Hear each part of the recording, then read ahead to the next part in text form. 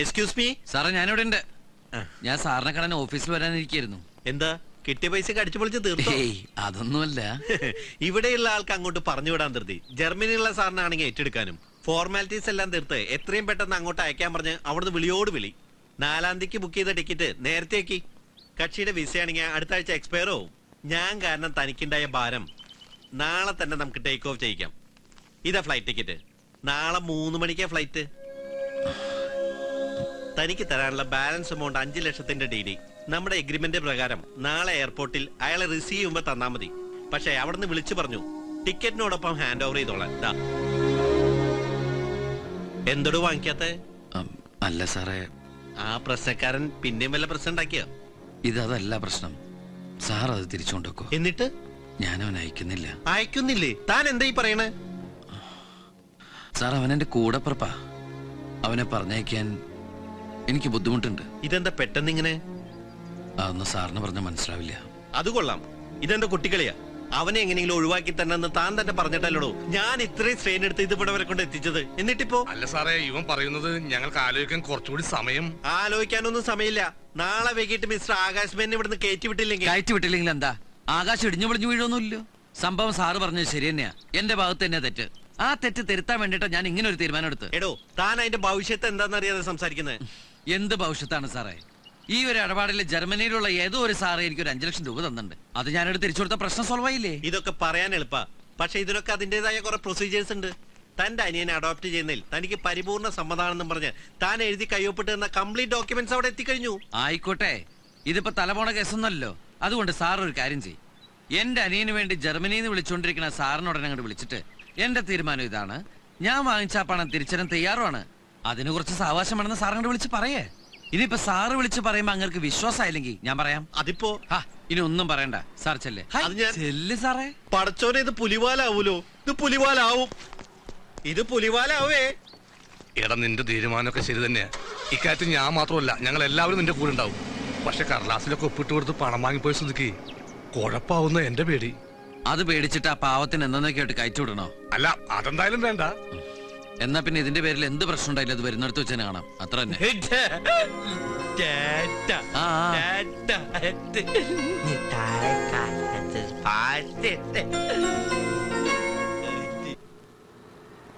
Yeah, Mr. Subair. I've been trying your number since morning. ഞാൻ ഇന്ന് രാവിലെ എത്തി. Yeah, I want to meet him immediately. അതിനുവേണ്ടി മാത്രമാണ് വന്നത്. Where are you now?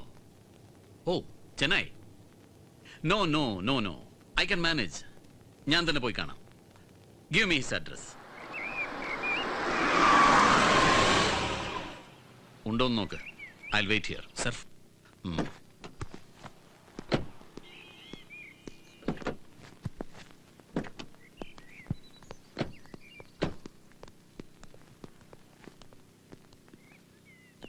So, you are Mr. Anandakuttan, right? അതെ. Pleased to meet you. I am Samuel Isaac. പേരുകൊണ്ട് തന്നെ എന്നെ മനസ്സിലായി കാണും. അതല്ലെങ്കിൽ ഞാൻ വരുന്നത് ജർമ്മനിയിൽ നിന്നാണെന്ന് പറഞ്ഞാൽ തീർച്ചയായും മിസ്റ്റർ ആനന്ദക്കുട്ടന് എന്റെ വരവിന്റെ ഉദ്ദേശം ഊഹിക്കാം. അവിടെ സാമാന്യം നല്ല തിരക്കുള്ള ഒരാളാണ് ഞാൻ. ആ തിരക്കുകളൊക്കെ മാറ്റിവെച്ച് ഇത്ര സഡനായി ഇവിടെ ലാൻഡ് ചെയ്തതിൽ നിന്ന് തന്നെ ഈ പ്രശ്നം വളരെ സീരിയസ് ആയിട്ടാണ് ഞാൻ കാണുന്നതെന്ന് mister Anandakuttan you should know. ഒരു പേഴ്സണ് മറ്റൊരു പേഴ്സണോട് കാണിക്കാവുന്ന വളരെ മാന്യമായ ഒരു മര്യാദകേടുണ്ട് ഈ ലോകത്ത്. We people used to call it cheating. You know cheating. അത് വളരെ മനോഹരമായി താങ്കൾ എന്നോട് കാണിച്ചു. Okay, leave it. ഇനി ഈ ബിസിനസ്സിൽ ഇത് താങ്കളുടെ ഒരു ചീപ്പ് ബാർഗൈനിങ് തന്ത്രമാണെങ്കിലും I don't mind. പണം ഇനിയും ആവശ്യപ്പെട്ടുള്ളൂ, എത്ര വേണമെങ്കിലും ഞാൻ തരാം. But you must keep your word. Sorry sir, സാറിപ്പോ സംസാരിച്ച പോലൊന്നും സംസാരിക്കാൻ എനിക്ക് അറിഞ്ഞൂടാ. ഉള്ള കാര്യം വെട്ടി തുറന്നങ്ങോട്ട് പറയാം. എനിക്ക് അവനെ പറഞ്ഞേക്കാൻ പറ്റില്ല. Why? അവൻ എന്റെ അനിയനാ, അത് തന്നെ. See, നമ്മൾ തമ്മിൽ ഒരു എഗ്രിമെന്റ് സൈൻ ചെയ്തിട്ടുണ്ട്. അന്നും അയാൾ തന്റെ അനിയൻ തന്നെ ആണ്. അന്നത്തെ എന്റെ നിവൃത്തിയുടെ കൊണ്ട് ഞാൻ ആ പേപ്പറിൽ ഒപ്പിട്ടു, പൈസയും വാങ്ങി. എന്ന് വെച്ച് ഭീഷണിപ്പെടുത്താനാണ് സാറിന്റെ വരവെങ്കിൽ? ഇതുവരെ ഞാൻ സംസാരിച്ചതിൽ ഒരു ഭീഷണിയുടെ സ്വരമുണ്ടായിരുന്നു എന്ന് ഞാൻ കരുതുന്നില്ല.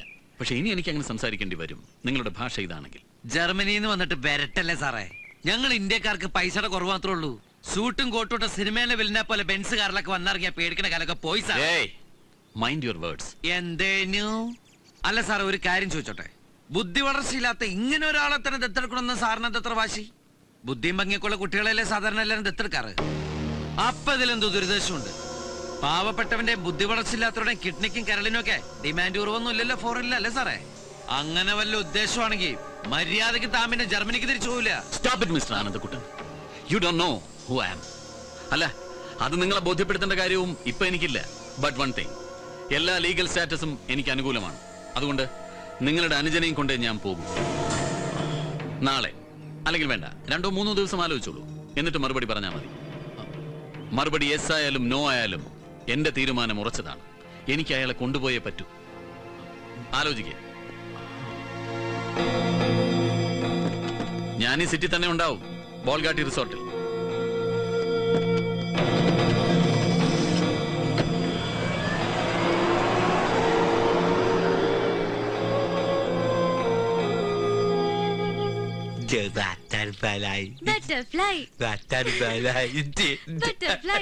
ജീവിതം പച്ചപിടിക്കാൻ വേണ്ടിയുള്ള പരക്കം പാച്ചിലിനിടയിൽ വഴിമുട്ടിയപ്പോ രക്ഷപ്പെടാൻ വേണ്ടി നീ എടുത്ത് ചാടിയത് നടുക്കടലിലേക്കായിപ്പോയി. സ്നേഹം എന്താണെന്നറിയാതെ വളർന്ന എനിക്ക് അത് മനസ്സിലാക്കി തന്നവൻ അവൻ. ഞാൻ അവനെ സ്നേഹിച്ചു തുടങ്ങിയിട്ടേ ഉള്ളൂ. എന്തിനായത്തിന്റെ പേരിലാണെങ്കിലും അവനെ എൻ്റെ അടുത്തുനിന്ന് പറിച്ചെടുത്തോണ്ട് പോവാൻ ഏത് കോടീശ്വരിഞ്ഞ് വന്നാലും ഞാൻ സമ്മതിക്കില്ല. അയാള് തന്ന പണം കൊടുത്താ തീരും. കൊടുക്കാം, അതെങ്ങനെയെങ്കിലും കൊടുക്കാം. അത്രയും വലിയ തുക നമ്മളെ കൊണ്ട് പറ്റുമോ കുട്ടേട്ടാ? പറ്റും. അതിന് ദൈവം എന്തെങ്കിലും മാർഗമൊക്കെ ഉണ്ടാക്കും. എന്റെ ഓപ്പറേഷന് വേണ്ടി ഈ പണം ഇവിടെ തന്നേൽപ്പിക്കുമെന്ന് നീ പറഞ്ഞിരുന്നു. ആവശ്യമുണ്ടെങ്കിൽ എടുക്കാം, ഇല്ലെങ്കിൽ ആവശ്യക്കാർക്ക് കൊടുക്കാമെന്ന്. ഇത്രയും കാലത്ത് ജീവിതാനുഭവം വെച്ച് അന്നേ ഞാൻ കണക്കൂട്ടിയതാ. നീ തന്നെ ആയിരിക്കും ഇതിന്റെ ആവശ്യക്കാരനെന്ന്. ഇന്നാ. അല്ല അച്ഛാ, അത് അച്ഛൻ എഴുന്നേറ്റ് നടക്കണ കാണാൻ ആഗ്രഹിച്ച് തന്നതാ നീ. പക്ഷെ ഈ അച്ഛന്റെ ആഗ്രഹം നിങ്ങൾ ഏട്ടനും അനിയനും ഒരുമിച്ച് സ്നേഹിച്ച് കഴിയണം കാണാനാ. അതുകൊണ്ട് ഇതങ്ങടെ പിടിക്കേ. ചേച്ചി,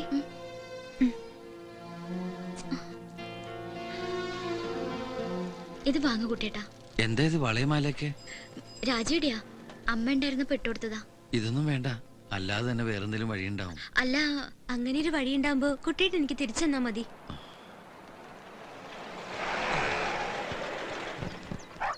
അങ്ങനെ ആദ്യ റൗണ്ട് പിരിവ് സക്സസ്. നീ 5000 രൂപ വീതം വീതിച്ചു കൊടുത്ത നമ്മുടെ ടീമിന്റെ വീലങ്ങ് കയറി റെഡി ചെയ്തു. എല്ലാവരും സമ്പന്നരായതുകൊണ്ട് കൊടുത്തതിന്റെ ബാലൻസ് 1000-ന് മുകളിൽ ഒരു താരത്തിന്റെ കയ്യിലില്ല. എന്നാൽ ടോട്ടൽ കളക്ഷൻ 12,500 ഞങ്ങൾ കവർ ചെയ്തിട്ടുണ്ട്. ഉള്ളതെല്ലാം പെറുക്കിക്കൂട്ടി തരുമ്പോ നമ്മുടെ ടീമിലുള്ള അംഗങ്ങൾ നിറകണ്ണോട് പറഞ്ഞ ഒരു കാര്യമേ ഉള്ളൂ, അതിനെ നീ വിട്ടുകൊടുക്കരുതെന്ന്.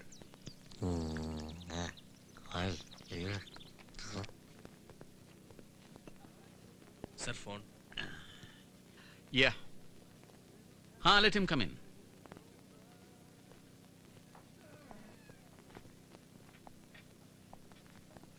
Please come.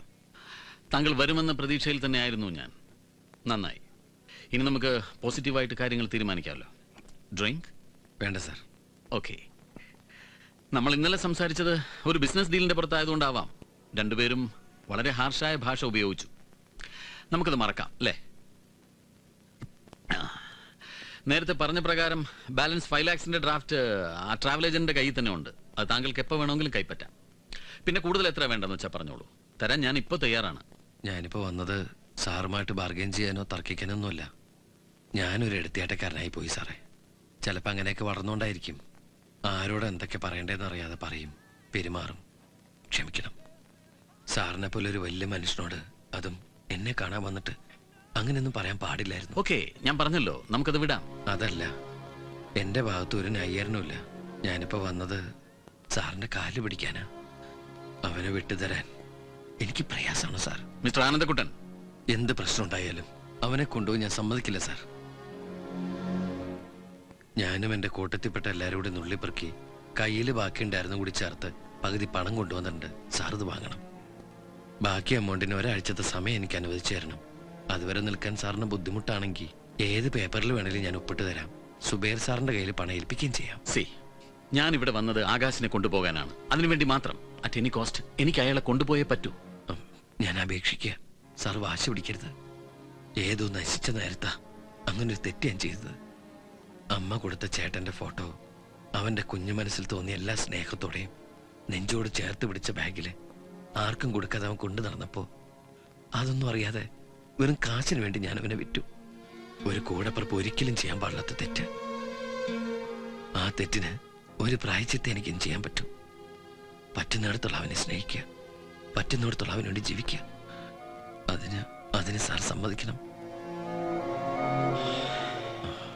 മിസ്റ്റർ ആനന്ദക്കുട്ടൻ, ഒന്ന് എൻ്റെ കൂടെ വരാവൂ. താൻ എന്നോട് ചോദിച്ചില്ലേ ബുദ്ധിസ്ഥിരതയില്ലാത്ത തൻ്റെ അനുജനെ അഡോപ്റ്റ് ചെയ്തിട്ട് ഞാൻ എന്താ ചെയ്യാൻ പോകുന്നതെന്ന്? അതിനുള്ള മറുപടി ഞാൻ പറയുന്നതിനേക്കാൾ നല്ലത് ഇവള് പറയുന്നതാ. എൻ്റെ ഭാര്യ. ചായ കുടിക്കൂ ആനന്ദ്? വേണ്ട. ആനന്ദക്കുട്ടനെന്ന് അമ്മ വിളിച്ച് കേട്ടിട്ടില്ല. ആനന്ദെന്നാ പറയാ. അതാ ഞാൻ അങ്ങനെ വിളിച്ചത്. 10-15 കൊല്ലം മുൻപ് മെന്റലി ചലഞ്ചറായ കുട്ടികളുടെ സ്കൂളിൽ വെച്ചാ ആനന്ദിന്റെ മമ്മിയെ ഞാൻ പരിചയപ്പെടുന്നത്. ആകാശിനെ വിടാനും വിളിച്ചോണ്ട് പോകാനുമാ മമ്മ വന്നിരുന്നത്. ആകാശ് എന്നും അവരുടെ ഒരു വലിയ വേദനയായിരുന്നു. പക്ഷെ കാണുമ്പോഴൊന്നും ആകാശിനെ പറ്റി പറഞ്ഞ് മമ്മ കരയണ കണ്ടിട്ടില്ല. കരഞ്ഞിരുന്നത് മുഴുവൻ കൈവിട്ടുപോയ മകനെക്കുറിച്ച് ഓർത്ത, നിങ്ങളെക്കുറിച്ച് ഓർത്ത്. ക്യാൻസർ വന്ന് ഹോസ്പിറ്റലിൽ കിടക്കുമ്പോൾ മമ്മയുടെ ഏക പ്രതീക്ഷ ആകാശിനെ നോക്കാൻ നാട്ടിൽ അവനൊരു ഏട്ടനുണ്ടല്ലോ എന്നുള്ളതായിരുന്നു. അവരുടെ ആഗ്രഹപ്രകാരം ഞങ്ങളാണ് ആകാശിനെ ഇങ്ങോട്ട് അയച്ചത്. ആകാശ് പോന്നപ്പോ പക്ഷേ ഞങ്ങൾക്ക് നഷ്ടപ്പെട്ടത് ഞങ്ങളുടെ തന്നെ ജീവിതത്തിലെ ഏറ്റവും വലിയ പ്രതീക്ഷയും സന്തോഷവും ഒക്കെയാണ്. അങ്ങോട്ട് നോക്ക്.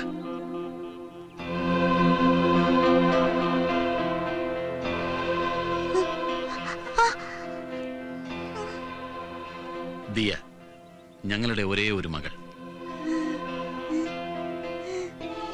ആകാശിന്റെ സ്കൂളിലെ അവന്റെ ഏറ്റവും പ്രിയപ്പെട്ട കളിക്കൂട്ടുകാരി. അവളും ഏറ്റവും അധികം സന്തോഷിച്ചിരുന്നത് അവന്റെ പ്രസൻസില. ആർക്കും നിർവചിക്കാൻ കഴിയാത്ത അപൂർവമായ ഒരു സൗഹൃദം.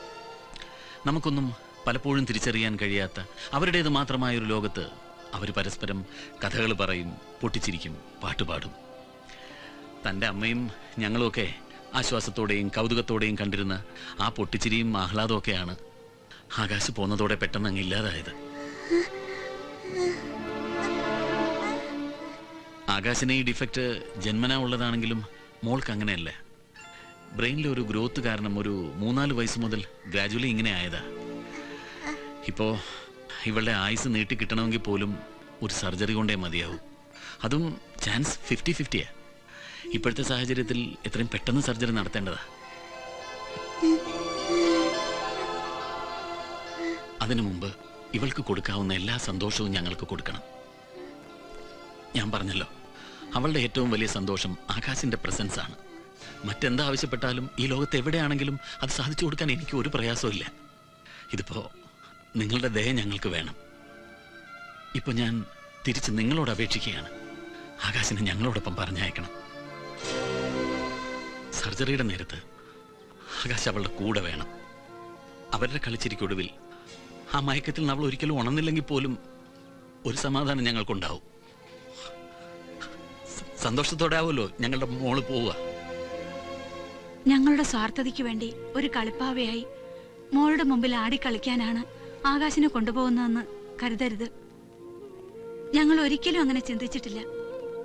ഞങ്ങളുടെ മോളുടെ സ്ഥാനത്ത് അവനെ കണ്ട് നിങ്ങളുടെ മമ്മയെ പോലെ തന്നെ ഞാൻ അവനെ നോക്കിക്കൊള്ളാം. ജീവിതകാലം മുഴുവൻ അവനൊരു വിഷമം ഉണ്ടാവില്ല. ഞങ്ങൾക്കുള്ള സ്വത്തും എല്ലാം അവന് കൊടുക്കാം. അവന്റെ വിശേഷങ്ങൾ അറിയാൻ വേണ്ടി ഒരു ദിവസം ആ ട്രാവൽ ഏജന്റിനെ വിളിച്ചപ്പോഴാണ് അവൻ നിങ്ങൾക്കൊരു ബാധ്യതയാണെന്ന് അറിയുന്നത്. അങ്ങനെയാണ് അഡോപ്റ്റ് ചെയ്യുന്ന കാര്യം ഞങ്ങൾ ആലോചിച്ചതും. പിന്നെ പണം ആവശ്യപ്പെട്ട് അനിയനെ വെച്ച് നിങ്ങൾ വിലപേശുകയാണെന്ന് തോന്നിയപ്പോഴാണ് ഞാൻ കുറച്ച് ഹാർഷായിട്ട് ഇടപെട്ടത്. പക്ഷേ ഇപ്പോ നിങ്ങൾ കാണിക്കുന്ന ഈ ആത്മാർത്ഥതയ്ക്ക് മുന്നിൽ, സ്വന്തം അനിയനോട് കാണിക്കുന്ന ഈ സ്നേഹത്തിന് മുന്നിൽ ഞങ്ങൾക്ക് തോറ്റല്ലേ പറ്റൂ. എന്നാലും വീണ്ടും അപേക്ഷിക്കുകയാണ്, ഒരിക്കൽ കൂടെ ഒന്ന് ആലോചിച്ചൂടെ? ഞങ്ങൾ അവനെ പൊന്നുപോലെ നോക്കിക്കൊള്ളാം. ദൈവം എൻ്റെ മോളുടെ ജീവിതം മടക്കി തരികയാണെങ്കിൽ ഈ കുട്ടികൾ ഒരുമിച്ച് അവരുടേതായ ലോകത്ത് കളിയും ചിരിയും ഒക്കെ ആയിട്ട് കഴിയുന്നതിനേക്കാളും വലിയൊരു പുണ്യം വേറെ ഉണ്ടോ ആനന്ദ്?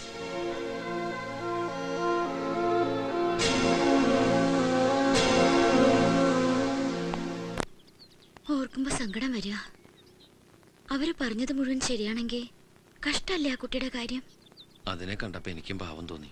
പക്ഷേ അതിനേക്കാളൊക്കെ വലുതല്ല നമുക്ക്. ആരുടെയൊക്കെ ഇഷ്ടത്തിനും സന്തോഷത്തിനും വേണ്ടി അങ്ങനെ അവനെ കൈവിട്ട് കളയാൻ പറ്റൂ? നിങ്ങളൊക്കെ അങ്ങനെ തന്നെയല്ലേ പറഞ്ഞത്? എന്ത് വന്നാലും അവനെ പറഞ്ഞയക്കരുത്, ആ ഒരു പ്രാർത്ഥന ഉള്ളൂന്ന്. പ്രാർത്ഥനയൊക്കെ അങ്ങനെ തന്നെയാ. പറഞ്ഞയക്കാൻ ഞങ്ങൾ സമ്മതിക്കുന്നല്ല. പക്ഷെ ഇത് വാങ്ങിച്ച കാശ് തിരികെ കൊടുത്താൽ തീരാത്തൊരു നൂലാമലയായില്ലേ? അതിനെന്താ ഇപ്പൊ ഒരു പരിഹാരം? അയാൾ ആ കുട്ടിയെ കൊണ്ട് വന്ന പോലെയാണ് തിരിച്ചു പോകും. ബാക്കി കാര്യങ്ങളൊക്കെ ഞാൻ സുബേർ സാറിനോട് സംസാരിച്ചോളാം. പിന്നെ ഒരു വിഷമേ ഉണ്ടാവൂ. നാളെ ആ കുട്ടിക്ക് എന്തെങ്കിലും സംഭവിച്ചാൽ അതിൻ്റെ ഒരു കുറ്റബോധം, അതിന്റെ വിധിയെന്ന് കരുതാം. നമ്മളാരും ദൈവങ്ങളല്ലല്ലോ. അതിനെല്ലാറ്റോടും ഒരൊറ്റ പ്രായച്ചിത്തുള്ളൂ. അമ്മ ആഗ്രഹിച്ച പോലെ എന്നെ കൊണ്ട് കൊടുക്കാൻ കഴിയുന്ന രീതിയിൽ എല്ലാ സ്നേഹവും അവന് കൊടുക്കുക. എന്നിട്ട് ഇങ്ങനെ ഒരു കുട്ടിയും അതിന്റെ അച്ഛനും അമ്മയും ജർമ്മനിയിൽ നിന്ന് വന്നിട്ടില്ലെന്ന് കരുതാം. അല്ലെങ്കിൽ തന്നെ ആകാശമൊന്നും അറിഞ്ഞിട്ടില്ലല്ലോ, നമ്മളും ഒന്നും അറിഞ്ഞിട്ടില്ല. എന്തായാലും ഒന്നും മിണ്ടാത്തേ? മനുഷ്യനെ വെറുതെ ഭ്രാന്ത് പിടിപ്പിക്കില്ലേ?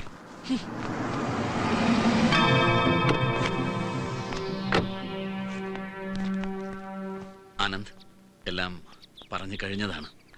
വീണ്ടും വന്നത് അതൊന്നും ആവർത്തിക്കാനല്ല. തനിക്കിഷ്ടമല്ലെങ്കിൽ ഒരിക്കലും നിർബന്ധിക്കില്ല. ആകാശിനെ വിട്ടുതരണ്ട, ഞങ്ങൾ തിരിച്ചു പോയിക്കോളാം. പക്ഷേ ഇവിടെ വരെ വന്നതല്ലേ, എൻ്റെ മോള് അവനെ ഒന്ന് കാണുന്നതിൽ തെറ്റുണ്ടോ?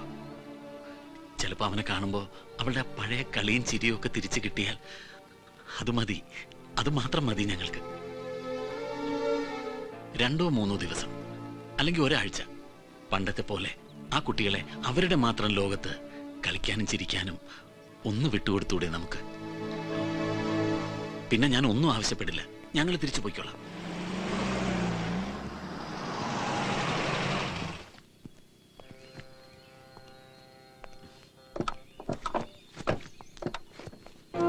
വാ, സൂക്ഷിച്ച്.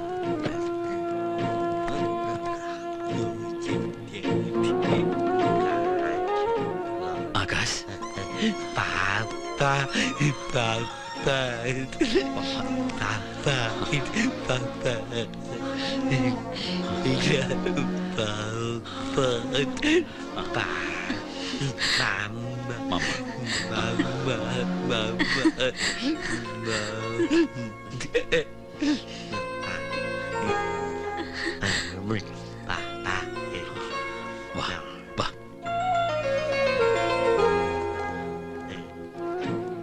ആകാശ്, ദാ അങ്ങോട്ട് നോക്ക്.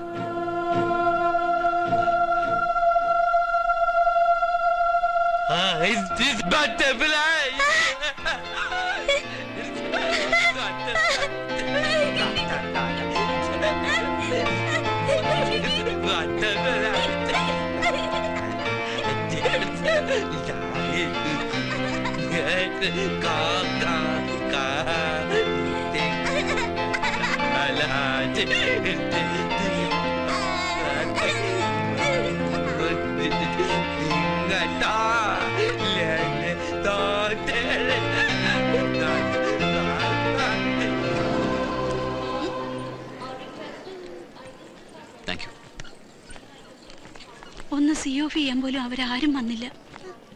ഒരു കണക്കിന് നന്നായി. ആകാശ് വന്നിരുന്നെങ്കിൽ വീണ്ടും ഇവിടെ വെച്ചൊരു സെപ്പറേഷൻ, അതിൻ്റെ ഒരു സഡൻ ഡിപ്രഷൻ മോൾക്ക്. ഏയ്, അവൾക്കതൊന്നും താങ്ങാൻ കഴിഞ്ഞെന്ന് വരില്ല. വേണ്ട, വരാതിരുന്നത് നന്നായി. സാർ,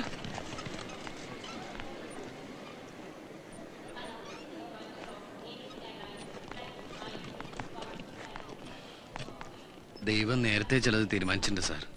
നമ്മൾ എന്ത് ന്യായം പറഞ്ഞത് മാറ്റാൻ ശ്രമിച്ചാലും നടക്കില്ല. ഒടുക്കം ദൈവം തന്നെ നമ്മളെ കൊണ്ടത് ചെയ്യിക്കും. ആകാശിന്റെ ടിക്കറ്റ് സാറിൻ്റെ കയ്യിലില്ലേ? അത് ക്യാൻസൽ ചെയ്തോ? ഇതവന്റെ പാസ്പോർട്ടൊക്കെ. സാറ് എന്നെ കൊണ്ടുവയ്ക്കോ?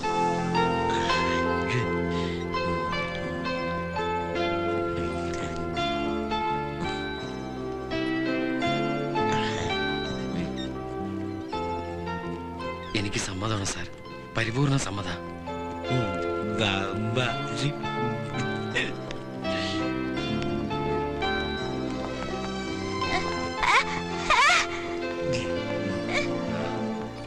ആകാശ്,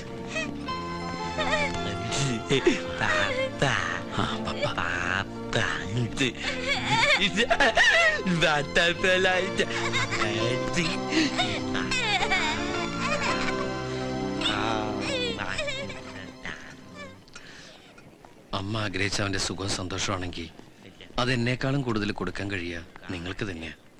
സ്നേഹം കിട്ടിയും കൊടുത്തൊന്നും എനിക്ക് പരിചയമില്ല സാറേ. അവന് ഞാൻ ചേട്ടൻ മാത്രമേ ഉള്ളൂ. നിങ്ങൾ അവന് പപ്പയും അമ്മയും തന്നെയാ. സകല സൗഭാഗ്യങ്ങളും വെച്ച് നീട്ടി നിങ്ങൾ അവനെ വിളിക്കുമ്പോൾ ഇനി എന്തിൻ്റെ പേരിലാണ് സാർ ഞാനത് നിഷേധിക്കുക? സ്വാർത്ഥത, എൻ്റെ വെറും സ്വാർത്ഥത. ഇല്ല സാർ, ഇപ്പം എനിക്കത് ബോധ്യായി. അത് കണ്ടോ സാറേ, അവരുടെ ആ ലോകത്ത് ഈശ്വരനല്ലാതെ വേറെ ഒരാൾക്ക് റോളില്ല. ആ പൊട്ടിച്ചിരിക്കാൻ സന്തോഷത്തിന് പകരം വെക്കാൻ ഞാൻ എന്താ കൊടുക്കുക സാർ? എന്ത് കൊടുത്താലാ അവൻ്റെ ആ ബട്ടർഫ്ലൈക്ക് പകരാവുക? കൊണ്ടുപോയിക്കോ സാർ. അവൻ്റെ ബട്ടർഫ്ലൈക്ക് ഈശ്വരൻ ഒരാപത്തും വരുത്തൂല. ഞങ്ങളുടെയൊക്കെ പ്രാർത്ഥന എന്നും ഉണ്ടാവും. ഇനി തന്നോട് ഞാൻ എന്താ പറയാ? കരള് പറിച്ചെടുത്താണ് താനീ തരുന്നറിയാം. ദൈവം അനുഗ്രഹിച്ചാൽ മോളുടെ സർജറി കഴിഞ്ഞ് ഞങ്ങൾ വരാം. അല്ലെങ്കിൽ തനിക്കെപ്പോ വേണമെങ്കിലും അങ്ങോട്ട് വരാമല്ലോ. എല്ലാവർക്കും വരാം. സാർ, എപ്പോഴെങ്കിലും അവൻ സാറിനൊരു ബാധ്യതയായിട്ട് തോന്നുകയാണെങ്കിൽ സാർ മടിക്കരുത്. അവനെ തിരിച്ചയച്ചോളൂ. 2 കൈ നീട്ടി അവനെ സ്വീകരിക്കാൻ ഈ ഏട്ടൻ എന്നും ഇവിടെ ഉണ്ടാവും. ആകാശ് ഞങ്ങളെ പപ്പാന്നും മമ്മാന്നോ വിളിക്കുന്നത്. ഇനി ആനന്ദിനും അങ്ങനെ തന്നെയാ.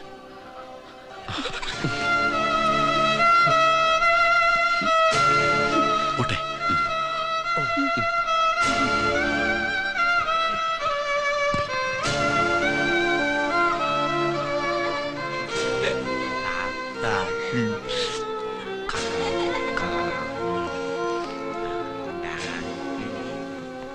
പെട്ടെന്ന് അങ്ങോട്ട് പോയപ്പോ ആകെ ഒരു വിഷമം. യാത്ര പോലും പറഞ്ഞില്ല അതിനോട്.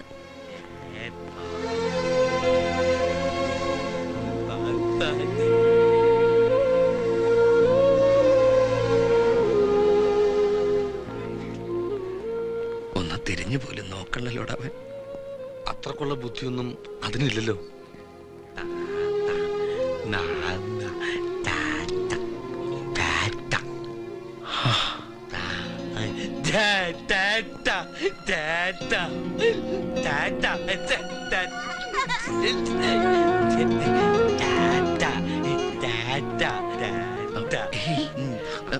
ചേട്ടൻ അങ്ങോട്ട് വരാൻ പാടില്ല. ദേ നോക്കിയേ ചേട്ടനെ, ഇതിലുണ്ട് കേട്ടോ. ഈ ബാഗിലുണ്ട്. ബാഗ് ഇത് കണ്ടോ? ദേ ഇത് ചേട്ടൻ. ഇത് മോൻ. മോൻ അങ്ങനെ. ദേ ഇതിനകത്തുണ്ടാവും എന്നും ഈ ചേട്ടൻ കേട്ടോ. ഇതിങ്ങനെ എന്നും എൻ്റെ മോന്റെ നെഞ്ചത്ത് തന്നെ ചേർന്ന് കിടക്കണം. ഇതിലല്ലേ നമ്മുടെ പാവ അമ്മയും മോന്റെ ചേട്ടനെ കൊള്ളത്. ആര് ചോദിച്ചാലും കൊടുക്കരുത് കേട്ടോ.